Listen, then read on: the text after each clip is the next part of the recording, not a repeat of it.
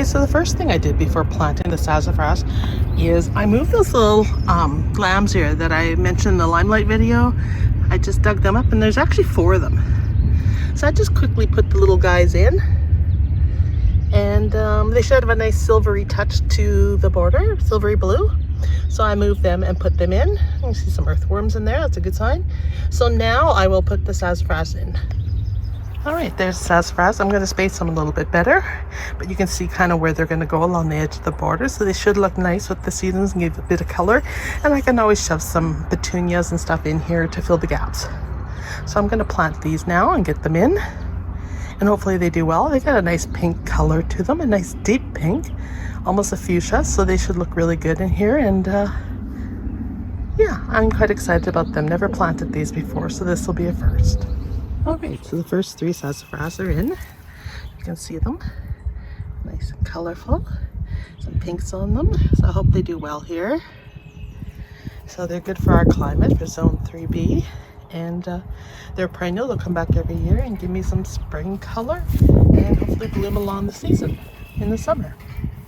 Alright, let's get the other 3 in. So Rob's out here and he's taken some tree roots out of the yard that are causing some headaches in my flower bed. Check this out.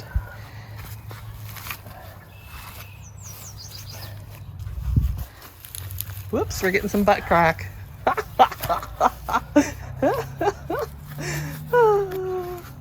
That's a nice butt, it works.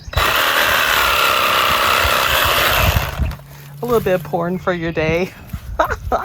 Courtesy of Rob. This thing's giving him a hard time. Remember, you're on video, so no foul language. Just about.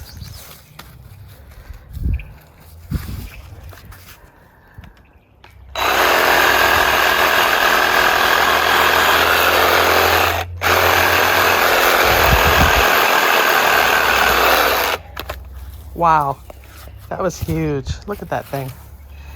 So the reason we're seeing tree roots like this over here is because we had 3 great big spruces in here. So there's still some remnants of the tree roots in here.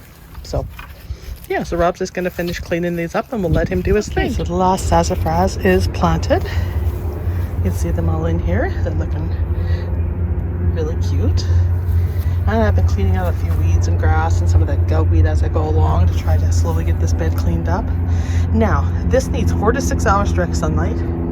I was definitely going to get that because this is, you know, part shade, almost full sun here right along the edge in particular.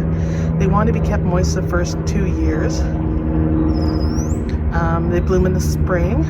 The average size is 3 to 6 feet. No, 3 to 6 inches and 4 to 8 inches wide. So that's perfect for this spot. They like to be spaced about 4 to 8 inches across, and they're good till minus 40 Celsius. And you should remove the spent flowers, and you can fertilize if you like in the spring. And that's all that's required for these. I consider these pretty much a no maintenance perennial for a border or even a rock garden. It'd be perfect. All right, so that's sassafras, that's planted, and we'll move on to the next project. The next peony that we're going to plant is Carl Rosenfeld. It gets a brilliant deep red burgundy magenta color. It's got nice buds on it, you can see, and it should look glorious in here. And I like the color of the foliage too, because it's got the red tones in the foliage. So we'll put that one in there. That's another wrap. All the peonies are planted and they're looking good. Just quickly go along here. Oh, more noise coming. So I'm just going to wrap this up real quick before it gets too noisy and say thanks everyone for watching my video. Don't forget to like and subscribe and let gardening warm your soul. And I'll see you in the next video. And have a great day. Take care everybody. Bye. And these are some future projects coming up. You'll see these coming in upcoming videos.